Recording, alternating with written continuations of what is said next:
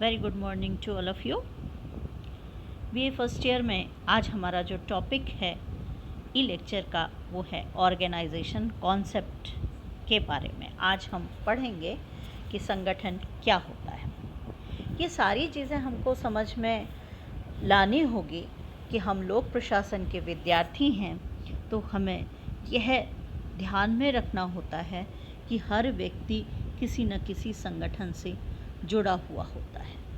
वह संगठन क्या है? संगठन शब्द कई अर्थों में हम प्रकट करते हैं, कई अर्थों में हम प्रयुक्त करते हैं।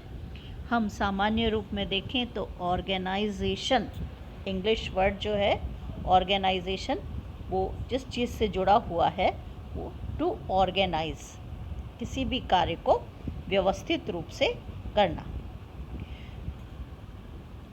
ऑर्गेनाइज आयोजित करना, व्यवस्थित करना, तैयार करना, चालू अवस्था में रखना, अलग अलग अर्थों में हम संगठन को देखते हैं। लोक प्रशासन एक सहकारी प्रयास है, कोऑपरेटिव एफर्ट्स है, जिसमें बहुत सारे व्यक्ति किसी निश्चित उद्देश्य की प्राप्ति के लिए कुछ कार्य करते हैं। व्यक्तियों के सामूहिक प्रयास और उनकी प्रक्रियाओं को प्रायः संगठन के नाम से संबोधित किया जाता है। संगठन सभी जगह में व्याप्त है, केवल सरकारी तंत्र में ही संगठन नहीं है। बच्चे का जब जन्म होता है तो सबसे पहला परिचय उसका होता है परिवार नामक संगठन से। वह परिवार से जुड़ करके कार्य करता है। परिवार का एक सदस्य होता है, कॉलेज एक संगठन है, स्कूल एक संगठन है। तो केवल एक सरकारी तंत्र नहीं बल्कि संपूर्ण मानव समाज में संगठन व्याप्त है।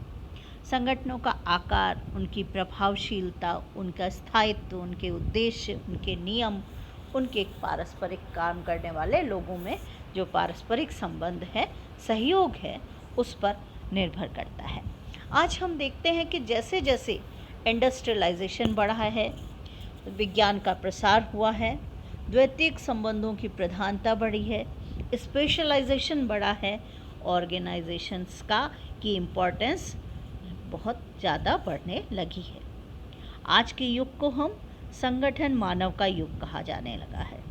वास्तविकता यह है कि आधुनिक भौतिकवादी युग में मनुष्य की व्यक्तिगत छवि तथा जिंदगी तुलनात्मक रूप से गौड़ और संगठन की छवि तथा उसके सदस्यों के साथ उसका जुड़ाव यह महत्वपूर्ण होने लगा है।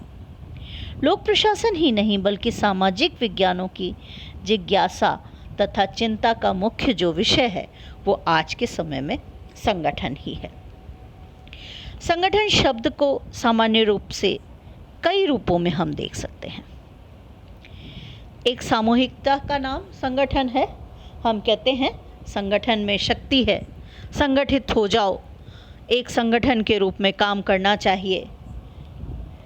संगठन के दूसरे अर्थ में हम देखेंगे कि संगठन किसी संस्था या संघ का नाम भी है। हम यूएनओ की बात करेंगे, हम वर्ल्ड हेल्थ ऑर्गेनाइजेशन की बात करेंगे, ये सब संगठन है। संगठन किसी प्रशासनिक संरचना के प्रारूप को तैयार करने के कार्य को भी कहा जाता है। हम जो लोक प्रशासन के विद्यार्थी हैं, हम ये अध्ययन करते हैं कि जो ऑर्गेनाइजेशन है वो क्या है, वो ऑर्गेनाइजेशन क्या कार्य कर रहा है, उसका जो ढांचा है, उसका जो स्ट्रक्चर है, उसका जो हायरार्की का मॉडल है, वो भी संगठन कहलाता है। जैसे हम गृह मंत्रालय पढ़ेंगे, उसका संगठन देखेंगे कि वो कितने संभागों में बटा है। किसी भी संगठन को पहचानने से पहले अगर हम उसका ऑर्गेनाइजेशन स्ट्रक्चर देख लेते हैं बच्चों, तो उस संगठन को हम ज़्यादा अच्छी तरीके से समझ सकते हैं। मैं एक उदाहरण दूंगी कि जब भी आपने एडमिशन लिया और हमने अगर अपना प्रॉस्पेक्टस देखा तो उसमें हमारे कॉलेज का ऑर्गेनाइजेशनल चार्ट होगा। ऑर्गेनम भी कहते हैं हम इसको। ऑर्गेनाइजेशनल चार्ट क्या होता है, और जिसमें पूरे संगठन के बारे में हमें जानकारी मिल जाती है। कौन से सब्जेक्ट पढ़ाए जाते हैं, कौन सी क्लासेस होती हैं, लाइब्रेरी कहाँ है, कौन कौन क्या पढ़ाता है, ऑफिस की स्कॉलरशिप कमेटी क्या है, एनएसएस क्या है, एनसीसी क्या है, ये सारी चीज़ें हमको एक चार्ट से समझ में आ जाती हैं। तीसरी हम बात करते हैं जो चौथे संगठन के प्रारूप की, कि किसी प्रशासनिक संरचना के अंतर्गत निर्धारित कार्यों या प्रक्रियाओं के संचालन को भी हम संगठन कहते हैं। कोई संगठन चल रहा है, पल्स पोलियो कार्यक्रम, आजकल जो हम कोरोना जागरूकता के समय में एक संगठन जो एक कार्य चल रहा है वो राजकीय महाविद्यालय में भी चल रहा है, नो मास्क नो एंट्री। ये एक कार्यक्रम है, पल्स पोलियो का कार्यक्रम चल रहा है, टीकाकरण कार्यक्रम चल रहा है, शिक्षा का जो प्रसार है वो जब चलाया जाता है, जिसमें हम कह सकते हैं कि जो ग्रामीण तबके की महिलाओं को साक्षर करने का साक्षरता मिशन जो चलाया जाता है, वो भी बच्चों एक प्रक्रियाओं का जो संचालन है उसे भी हम संगठन कहते हैं। नो मास्क नो एंट्री का संगठन चल रहा है। संगठन संरचना का भी पर्याय होता है, किसी एक संरचना को भी हम संगठन कह सकते हैं। जब हम लोक प्रशासन में बात करते हैं तो संगठन से आशय उन प्रशासनिक संगठनों से है जो विभिन्न प्रकार की सेवाएं संचालित करते हैं। संगठन की प्राथमिक पूर्वापेक्षाओं में दो तत्व महत्वपूर्ण हैं, एक कोई ना कोई कार्य और दूसरा उस कार्य को करने वाले व्यक्तियों का समूह, एक ग्रुप, और एक फंक्शन। दो चीज़ें जरूरी है। हम जो समाजशास्त्री हुए हैं, सोशोलॉजिस्ट हुए हैं, वो सभी प्रकार के समूह या लोगों की भीड़ को संगठन नहीं मानते, बल्कि निश्चित उद्देश्य के साथ सामूहिक रूप से व्यक्तियों के बीच सहयोग तथा उनके मध्य परस्पर जो अंतःक्रियाएं होती हैं वो ही संगठन का आधार बनती हैं। लोक प्रशासन में संगठन शब्द को संकीर्ण अर्थ प्रस्तुत करते हुए इसे केवल प्रशासनिक संरचना के रूप में ही हमने सीमित कर दिया है। बहुत सारे विद्वानों की परिभाषाओं पर हम चर्चा करेंगे।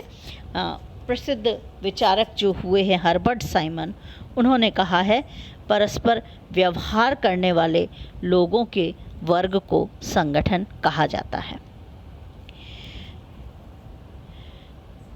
संगठन को परिभाषित करते हुए मूने और रैली ने कहा, किसी सामान्य उद्देश्य की प्राप्ति के लिए मानव सहयोग का नाम संगठन है।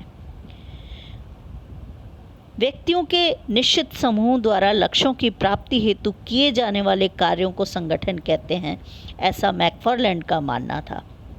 उर्विक का मानना था कि संगठन का अर्थ किसी उद्देश्य की प्राप्ति के लिए आवश्यक क्रियाओं का निर्धारण और उन्हें ऐसे वर्ग में क्रमबद्ध करना जो विभिन्न व्यक्तियों को सौंपी जा सकें, ये उर्विक का मानना है।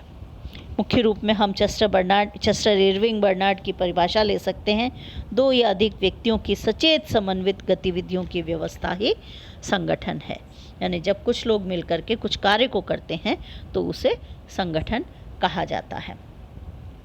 हम बात करेंगे संगठन, हमारा जो विषय है जिसमें हम औपचारिक और अनौपचारिक संगठनों का अध्ययन करेंगे, तो एक और चीज़ हम पढ़ने की कोशिश करेंगे कि संगठन के आधार क्या हैं, किस आधार पर संगठनों का निर्माण किया जाता है। संगठन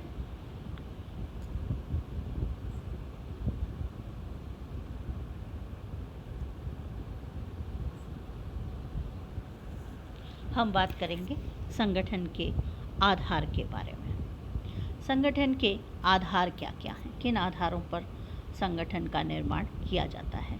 तो लूथर गुलिक ने कार्य विभाजन के आधार पर थ्योरी ऑफ डिपार्टमेंटलिज्म के 4 आधार बताए थे, जो 4 प्रकार से हैं, जिनको उन्होंने 4P कहा था लूथर गुलिक ने। पर्पस, प्रोसेस, पर्सन, प्लेस, उद्देश्य, प्रक्रिया, व्यक्ति और स्थान, इसे 4P कहा था। ये संगठन 4 आधारों पर बनते हैं। उद्देश्य यानी कार्य विशेष, शिक्षा, स्वास्थ्य, यातायात, कृषि इत्यादि के आधार पर संगठन का निर्माण। प्रक्रिया के आधार पर बनने वाले संगठन कौशल या विशेषीकरण से जुड़े हुए होते हैं, जैसे सिविल इंजीनियरिंग तथा इलेक्ट्रिकल इंजीनियरिंग आदि।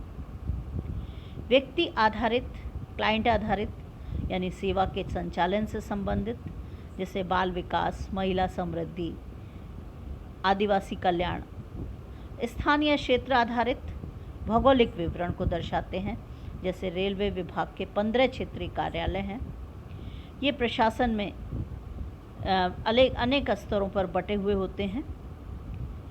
सभी प्रकार संगठन को क्रियान्वित करने के क्रम में किए जाते हैं।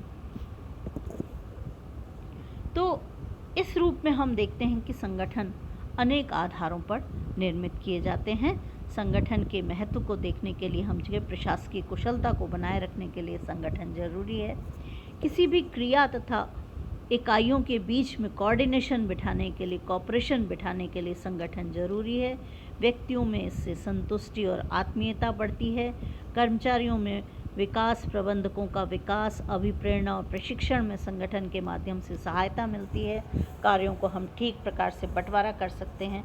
तो आज हमने जो टॉपिक पढ़ा वो इस छोटे से स्क्रीनशॉट के माध्यम से मैंने पढ़ाने का प्रयास किया है। मेरा प्रयास यही रहता था कि मैं आपको जो पढ़ाऊँ वो पीपीटी के माध्यम से पढ़ाऊँ, लेकिन कुछ व्यस्तताओं के कारण मैं इस कार्य को उतनी अधिक कुशलता से नहीं कर पा रही हूँ और ये छोटा सा टॉपिक हमने इसके माध्यम से किया है। आप सब लोगों का बहुत बहुत धन्यवाद।